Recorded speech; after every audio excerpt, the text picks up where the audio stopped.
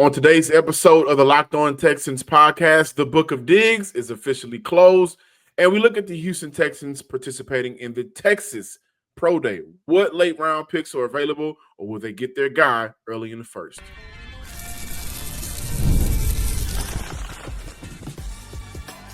You are Locked On Texans, your daily podcast on the Houston Texans. Part of the Locked On Podcast Network, your team every day. Battle Red Nation, Bulls on Parade. Welcome to today's episode. We are your credential media members. I'm John Hickman. I got the glasses on, 4 eyes, so I hope you see where we're coming from.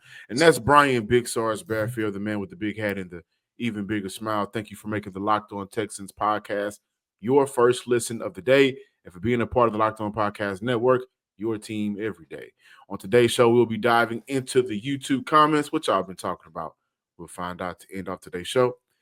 Houston in Austin, Texans at Texas, the Pro Day, and I think that that'll be a very interesting conversation.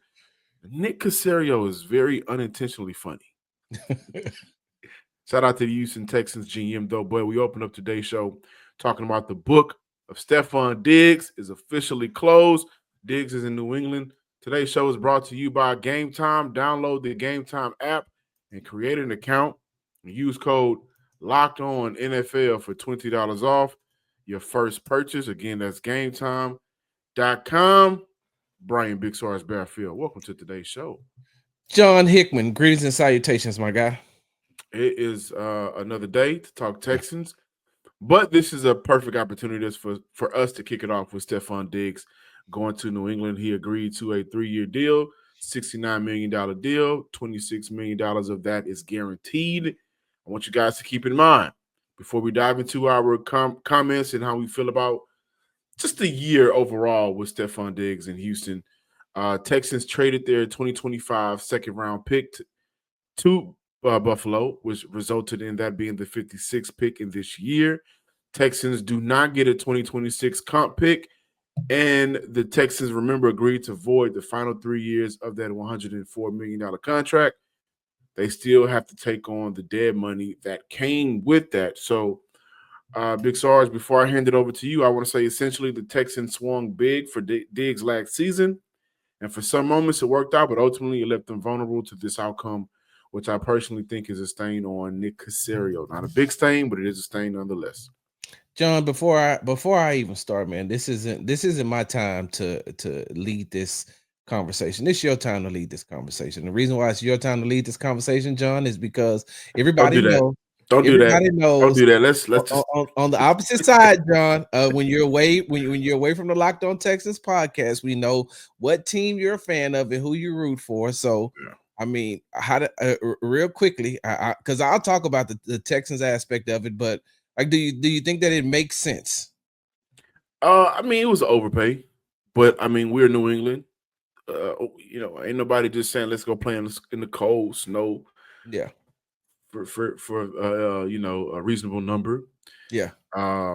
We've talked about it. I thought that Houston was going to, overpay for T. Higgins, and I was going to be okay with that. I thought, 32 was good with me. Yeah. But 23 a year, I'm not a big fan of that, but nobody's coming to New England. Now, what I will say, being around the Houston Texans, and I had an opportunity to be on Stress and Soap last night, and I said this. I don't care what Minnesota had to say. I don't care what Buffalo had to say, because both of those were long-tenured relationships that just didn't work out. His time in Houston, I saw a leader in the locker room. I saw a guy that young guys gravitated to, and not only gravitated to for nothing negative, but also learning, especially in that receiver room, which is something that Patriots need. So they're getting a leader. They're getting somebody who can lead on the field in their locker room. I think for them, especially what they're trying to build, it's a good culture move. $23 million is a lot.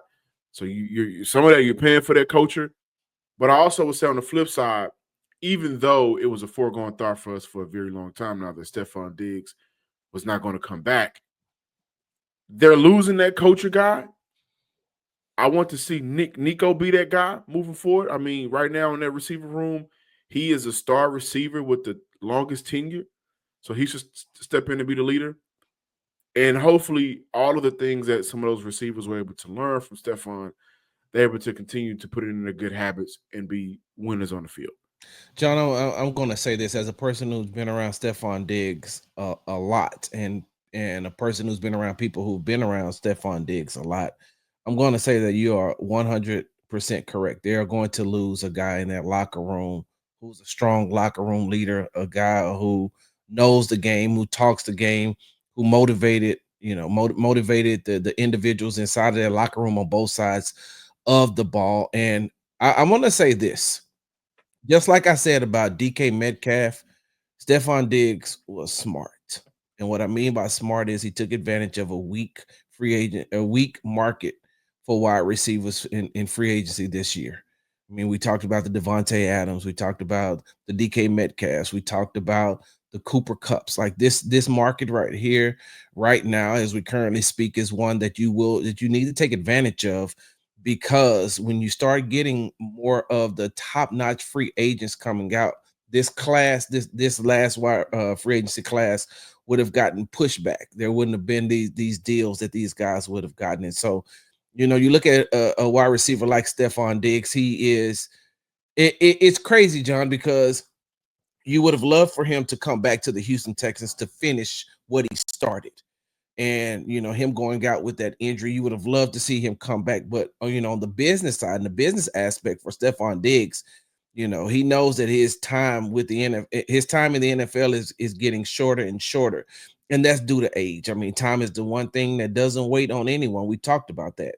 And so between his age and his production moving forward and coming off of the injury, that major injury that he had, you're looking and you're saying, okay, I got one more opportunity to get one more big bag. And if somebody's going to give me that big bag and, take the big bag. For selfish reasons, I would have loved to have been around Stefon Diggs one more year just to, be able to talk to him, pick his brain.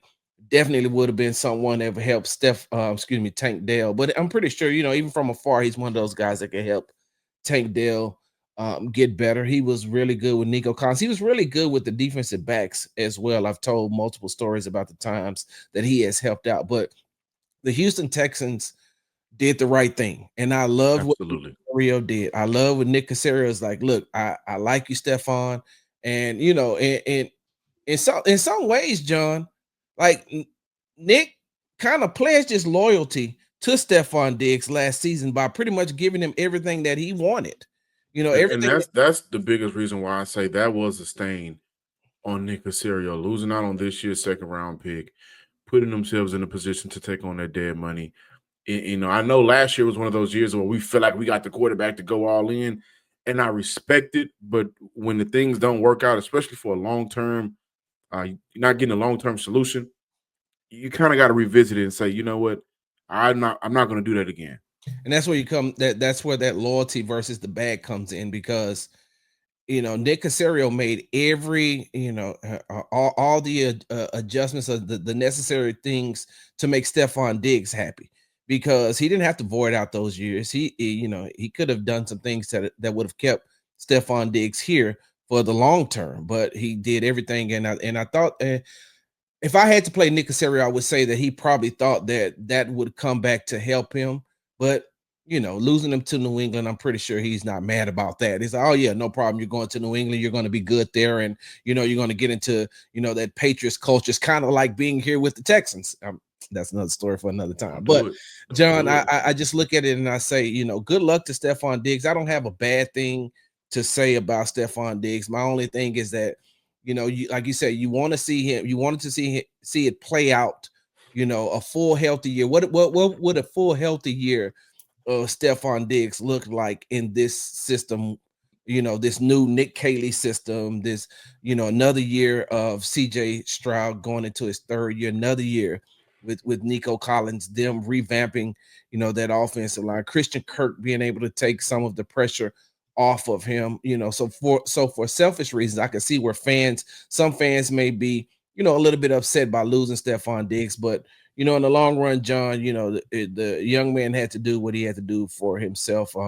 Do I think that, like I said, do I think that New England overpaid? Yeah, I don't think that Stefon Diggs is worth $23 million a year. And like I said, Nick was smart by not giving him that money, because if you give him that amount of money, you got to think about, we talked about contingency plans the other day. If you're going to give him 23 million right now and Nico's making 24, when it's time to renegotiate and extend, Nico's going to remember that.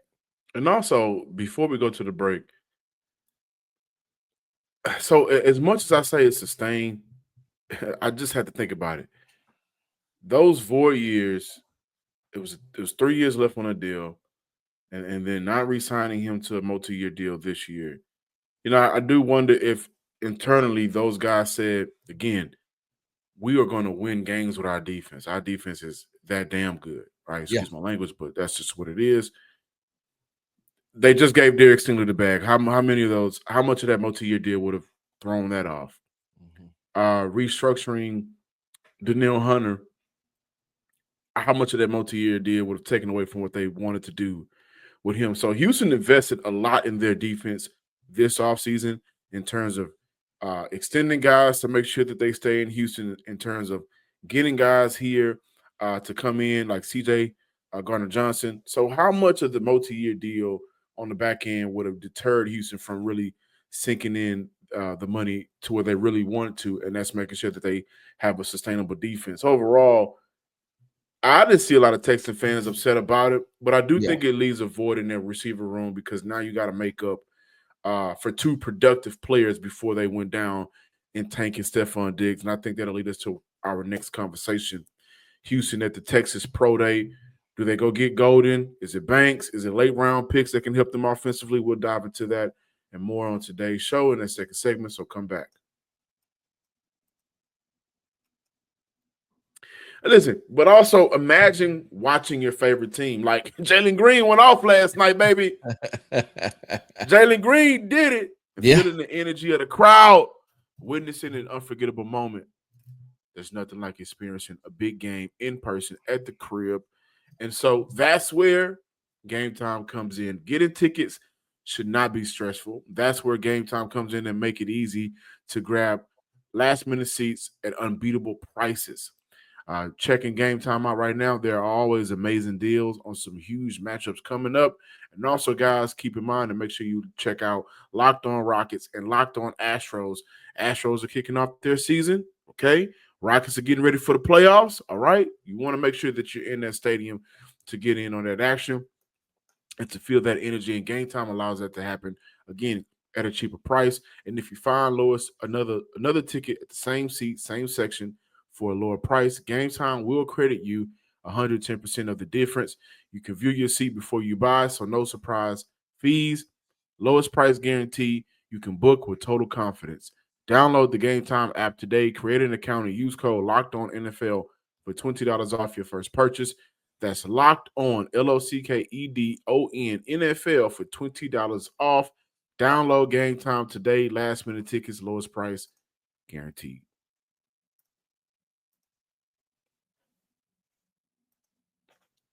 Welcome back in, Locked On Texans listeners and viewers. It's the Big John. It's the Big SARS. Nobody knows me. Very few people know me by Big John, by the way, but you would have to grow up with me. But it's the Wednesday edition of the Locked On Texan podcast. How happy would you be, Sarge, if the Colts drafted Quinn Ewers? Hey, did they already draft a version of Quinn Ewers before in Sam? Oh my God, what was Sam Ehlinger? Yeah, is a much better quarterback than Quinn. I say that because the Colts had extended conversations with Quinn Ewers, and I think that would just be great for the Colts. Yeah. I think that'd be perfect for the Colts. Hey, listen, that could be your next franchise quarterback for 2.5 years. Go do it. Go do it. Feed them to the wolves. For sure, because look, and I'm pretty sure that Danielle Hunter and Will Anderson Jr. be like, who again? Oh yeah. Wait, we don't have to tackle that linebacker that played quarterback and Anthony Richardson. Oh yeah, we're good. You look at those guys having. I don't have the numbers in front of me, but maybe because Anthony Richardson does make it hard for quarterbacks to take them down. But you're looking at a sack here from one guy, a sack and a half from another guy to maybe 3 apiece. Tim so do it. Getting 1 or 2. Do it. They may have a 10-sack game, but I think that'll be a great investment for the Colts. I Now, think so as well. as we turn our eyes and attentions to the Houston Texans, being in Austin, right down the street, I gotta say Nick Caserio is very unintentionally funny at these pro days. I've never seen the GM as locked in as Nick Caserio when he's at these pro days. But the names to look out for, or the big names, of course, Kelvin Banks, Barron, Blackwell, Jaden Blue, who blew it away, Bolden, Isaiah Bond, Alfred Collins, a guy that Houston could probably look at in the middle of that defense to help out with the run defense. We're coming back to that. Quinn Ewers, of course, Matthew Golden, big name, Gunnar Helm, big name, Jake Majors, center, Cameron Williams, tackle, Baron Sorrell, who I hate that UT is losing. A lot of big names out there for the Longhorn Sergeant. In your opinion, where does that leave Houston in terms of picking rounds and picking? They have two third-round picks, and also picking players that could, be game changers. Well, I think that when you go, and first of all, special shout out to Steve Sarkisian, what he was able to do to be able to turn around that University of Texas team, team that didn't have a direction. It didn't look like it didn't look like they had a direction after Mac Brown. And when Steve Sarkisian got there, he's helped rebrand that team and put them back into national prominence. And so you look at it, because there was a time, John, where the University of Texas didn't have anybody. I don't think they got drafted several years in a row. And it so was Kenny Vaccaro. Then after that, it wasn't nobody for a while. Right. And so now you're looking at the amount of talent that they do have that's about to go into the draft. And so now you ask yourself, who will fit in well with the Houston Texans? What was Nick Caserio looking at while Mike Vrabel was looking over his shoulder, probably laughing and knowing that they had already made an agreement with Stefon Diggs? But that's another story for another time. What was D'Amico Ryans looking at in Austin? What were they looking at? And John, I know that go ahead. I just wanted what he was looking at. Yeah. Would love to have Jahmyr Gibbs in that speed. Can we get a Jahmyr Gibbs? No, he's defensively. Do you look for a certain type of line? Jaden Blue ran a 4.39, 4.29 actually. Yeah. Can he catch, John? Can he catch out of the backfield? Oh, he can catch out of the backfield. He had over 300 yards this past year out of the backfield. He got hurt though, right? He finished the season. I mean, at one point he got hurt. He didn't play every game, but so almost 1,000 yards and he averaged 5 yards a carry. Hey, well, John, I'm going to be honest with you. I think that's a reach. I don't think he's Jahmyr Gibbs status. Maybe he's like, maybe he's Jahmyr with a G, not Jahmyr with a J. And so, but John, the big names stand out to you because they don't need a quarterback, so they're not there looking at Quinn Ewers. Gunnar Helm. That the tight end, he could be around in the later rounds, and I don't know what that means for that tight end room. That could be somebody at Nick Caley, but you look at Matthew Golden, right, and you're looking and you're saying, okay, that's somebody that the Houston Texans would have to probably jump up to draft, right? Yes. You look at Kelvin Banks, there's somebody else that they have to jump up to draft, and so I honestly and truly believe that Nick Caserio, being the person that he is, I honestly and truly believe that he was there looking at Isaiah Bond. Yeah, no, so that's the one for me. And guys, when I say this, I mean this in all sincerity. For the last 2 years, you look at that skill position group being held back from their full potential because of quarterback play. Yes. And this is I'm not making it as an indictment on a young man for Quinn Ewers. And honestly, I hope he goes to the best situation to where he can learn and thrive and have a successful career. But once he got hurt a couple of seasons ago against Alabama early in that game, when they took on Bryce Young, he hurt that shoulder. He was never the same. Yep. And so you look at Xavier Worthy and his numbers he put up last year, those numbers could have been better. The talk right now with Matthew Golden in terms of because I saw my boy Marcus Morris, Locked On Cowboys, he mentioned the numbers of every first round per game numbers for every first round wide receiver that was drafted over the last few years. And I'm like, y'all don't understand how many of those sailing passes that Quinn Ewers threw the Golden Way and Isaiah Bond way that was just uncatchable. Yeah. And so for me, I 100% agree with you, Sarge. Like Nick Caserio and the scouting department, they have some real talent to evaluate. And also, I want to emphasize that Nick Caserio was out there last year at UT's Pro Day. Yeah. Austin is just a quick drive. So this could all be just due diligence. However, this year's draft class for Houston feels different. For the Houston Texans feel different. The fan base seems to be enamored with Matthew Golden and the speculation about Kelvin Banks slipping in the draft. I don't know if he's going to slip to 25. Yeah. And I agree that Matthew Golden now seems to be a guy that you would have to trade up for. Yep. Isaiah Bond ran a 4.39. Yep. Jaden Blue posted a 4.29. Both of these young athletes could be solid options for the Houston Texans in rounds 3 to 5. Bond would be a great Z receiver to pair alongside Nico Collins and Christian Kirk, while Blue, speedster out of the backfield, has a capability to excel between tackles, also adding the threat to be a pass catcher. And again, is he Gibbs? No, but he ran a faster 40 than Gibbs. Yeah. So these are options that when you look at explosiveness, Blue may not be the traditional explosiveness that people are looking for, but those are two guys that can add the explosiveness to this offense. And also, I mentioned how those players were held back by quarterback play. We saw Nico Collins excel his first year with CJ Stroud. Yeah. So for sure. You look at CJ having those weapons, you're looking at an explosive offense. And John, you and I had you and I talked earlier in the week about what's the most important to CJ and Nick Caley and Nick Caserio and D'Amico Ryan. It's like offensive line or wide receiver. And if you're going to if you say, okay, you're going to pass on Matthew Golden, or if you're going to pass on Ibuke out of Ohio State, you're saying to yourself, okay, I think we can trade back and get more picks because I think that Isaiah Bond will be there. And if we're trying to bolster, if we brought in these veteran pieces on the offensive line to be there to become competition, or maybe even, help some of these younger guys as far as your draft picks go to that next level, you want to say, okay, I know that I can get Isaiah Bond in later rounds. I know that I can get Jaden Blue in later rounds. And so, hey, who wants this number 25 pick? And what do you have to offer? What do you have to give me? Okay, so you're going to give me this. Now I got multiple picks again because they only have one pick in the second round, if I'm not mistaken, right? At number 52. Only one. Yeah. So now if I'm like, if I can trade out of 25 and get, another pick in that second round and maybe even pick up another pick in like the fourth round, I'm saying to myself, now I can evaluate. And I'm like, if I want Isaiah Bond, I know that he should be there by the time we go to draft again. And don't get me wrong, I know that these pro days, John, help some of these athletes move up. You get into that setting where you're away from the NFL combine with all the hustle and bustle of that.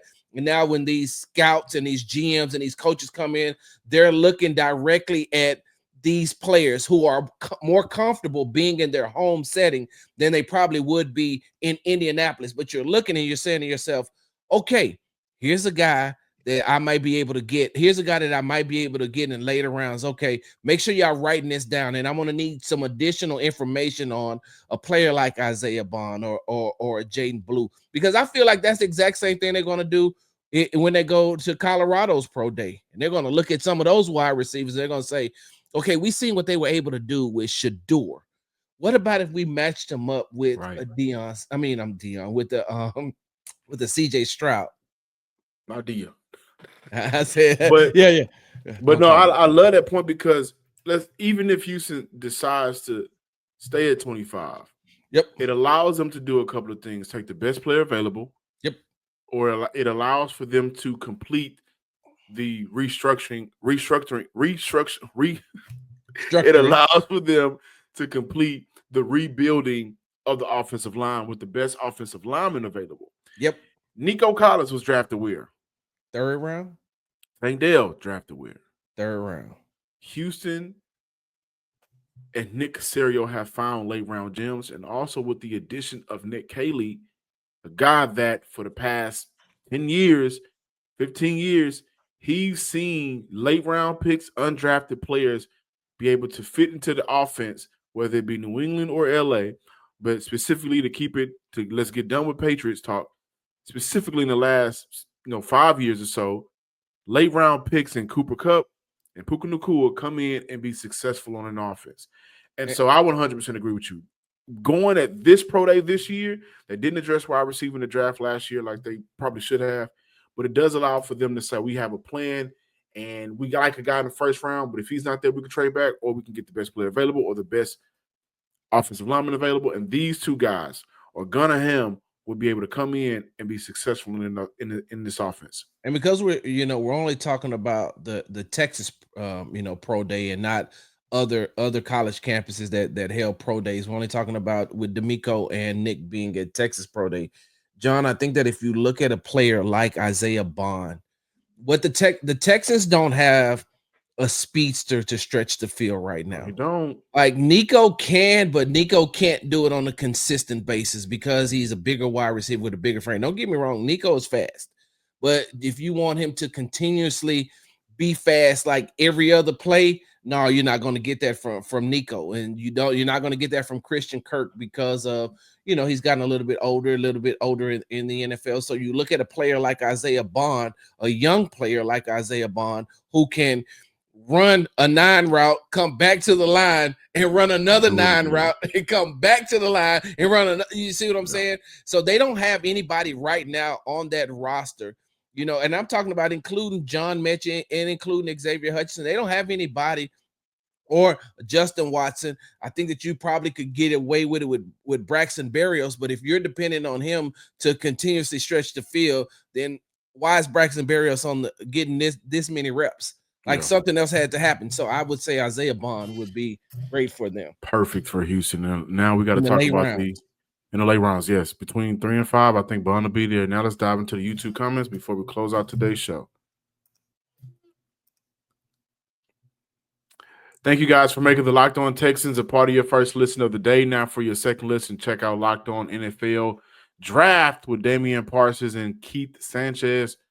Now that the season is over with, offseason is popping, NFL Draft is here, closely getting here each and every day. Get the latest draft rankings, rumors, and news every day. Find Locked On NFL Draft on YouTube or wherever you listen to your podcast. Big Sarge, also want to keep in mind that Cameron Williams tackle for UT could be in play for Houston.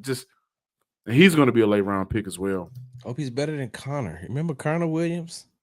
Came out of UT? Yeah, he was with the Cowboys. Yeah. YouTube comments. We are here to talk to you guys, talk to the fans. And my man Jay Perp. 59-16. I don't understand why you keep saying Texans are running out of time. Half of the teams in this league are either in no man land or no sense of direction. Well, Mr. Perp, and I hope it's the granddaddy from back in the day. But, we cover the Texans, and that's what we're supposed to do, right? No media member that covers Houston or covers their team will not have a sense of what will it take for you guys to get over the hump and reach the Super Bowl. Yeah. For Houston, they've never made it to the championship game, and we believe that they have probably the best pieces in place in franchise history, at least since the 2012 team, where if Matt Schaub doesn't go down, that may be a different story. Mm-hmm. But they have the best pieces in place for that they've had in a very long time. So we understand that the Texans are operating in a window, in a time window, like every other team. But if they don't capitalize, then they'll miss out on the train. So I think that's why we're talking about it. And you're not building your team to compete against the Pittsburgh Steelers or the New York Jets or the Miami Dolphins or the Raiders. You're building your team to compete against the Buffalo Bills, the Kansas City Chiefs, the Baltimore Ravens. And if you look at those teams, they're only getting better, and every year they come in as Super Bowl contenders. They come in no less than AFC Championship game. And when you look at the Houston Texans, and last year you could say on paper they should have made it to the AFC Championship game, but then things happened throughout the season and they didn't make it. They lost in the divisional round for the second year in a row. And so when you're looking at this, you have to continue to build on that. And that, people think that the window to make it to the championship game in the Super Bowl is wide open. No, when you're dealing with the amount of money that you have to deal with, the amount of talent, these other teams getting better, those windows get smaller and smaller. Because you look around, like right now, John, I'm gonna put it like this: there's a team in the AFC in the Denver Broncos that's only getting better. And so the Houston Texans are, you want to put them right on the cusp of that upper echelon with the Bills, the Ravens, and the Chiefs. And you're like, yeah, like you said the other day, the Texans are right there. But the Texans still have to look over their shoulder. So they can't take the steps back like they've been doing as far as the underwhelming free agency is concerned. That's why I say that you can't afford to waste time, and you can't afford to waste a year. Yeah. Backstreet _ Emreen. I don't know what that is, but we went from It's J gonna Perp. be me. We went to J Perp, from J Perp to Backstreet. So it's something illegal going on. Yeah, for But sure. We in the trap. Petrie will be a casualty of the cap. Will and CJ's contract ultimately will have Petrie in a different uniform after the next season. He also added CJ Gardner Johnson can do a lot of different things and play nickel as well. We didn't bring that up, and that's on us. And so shout out to Backstreet, man. We didn't bring up the acquisition of Gardner Johnson and being a Super Bowl champion, playing football, at a high level. Is he more so of a contingency plan than Jalen Petrie? Is Jimmy Ward still here? Like, are you gonna have Jimmy Ward on the roster? It's like, if you're gonna have Jimmy Ward on the roster, no, I got Jimmy Ward backing up. I got Jimmy Ward backing up Jalen Petrie. But if he's not, then yes, CJ Gardner Johnson. But I don't know how. I mean, of course, him and Kamari Lassiter got the same mindset, like Derek Stingley said. Like, those guys are just, they play with a whole different mindset. So cool, he could be in the box, but John, it takes a special person to actually be in the box. And I don't think that CJ Gardner Johnson has the same makeup or the build as a Jalen Petrie. So what are you giving up if you're bringing him down and putting him in the box as far as run support is concerned on a consistent basis? Yeah. So no, I don't like him playing the nickel position. I need him as safety. Play right there where you are. And to add to that, CJ being back there with Kalen, I think would really help out the second year safety. But again, somebody said I never would have thought John would have turned into Cody and Sarge would have been a new John, because John, you were trying to give away our good players. And that is not the case. I didn't say whether or not they should move on from him or not. I didn't give a definitive answer. But I want y'all to understand when I say this is still a business. Yep. And you guys have a coach that I really think extremely highly of in terms of developing defensive players. That I heard somebody say, I made Hove. Okay, we'll make another Hove. I feel like D'Amico Ryans can make another Hove. I feel like he can make a player. He has a good eye for talent, along with him and Nick Caserio. So that's just where I come from with it, man. Like, I feel like he can coach him up. And John, money matters. John, I feel like, look, I put it like this. Like you could, you could build a reliable car, right? You could build a Honda, right? You could build a Honda, but it ain't gonna drive the same as if you had a Mercedes. So, like, yes, of course, like, hey, I got a nice, reliable, dependable car, but I really like the Mercedes, or I really miss, the Mercedes. And so, yes, I do believe, I'm a firm believer that D'Amico Ryans can as well. But if you got a Mercedes already and you can maintain it, you can keep it, you can afford the maintenance, you keep the Mercedes. You don't go out and downgrade. Jalen Petrie's the Mercedes? As far as on this, at the nickel corner position for the Houston Texans, he is. Oh, he went down. Then you brought Jimmy Ward in there. Then Mercedes is just too cool, man. What's a good truck? Jimmy Ward went down, and then you brought in Miles Bryant. So, like, how good was Miles Bryant when he brought him in? He was good. He wasn't Jalen Petrie, but he was good. He played well in the Chargers game.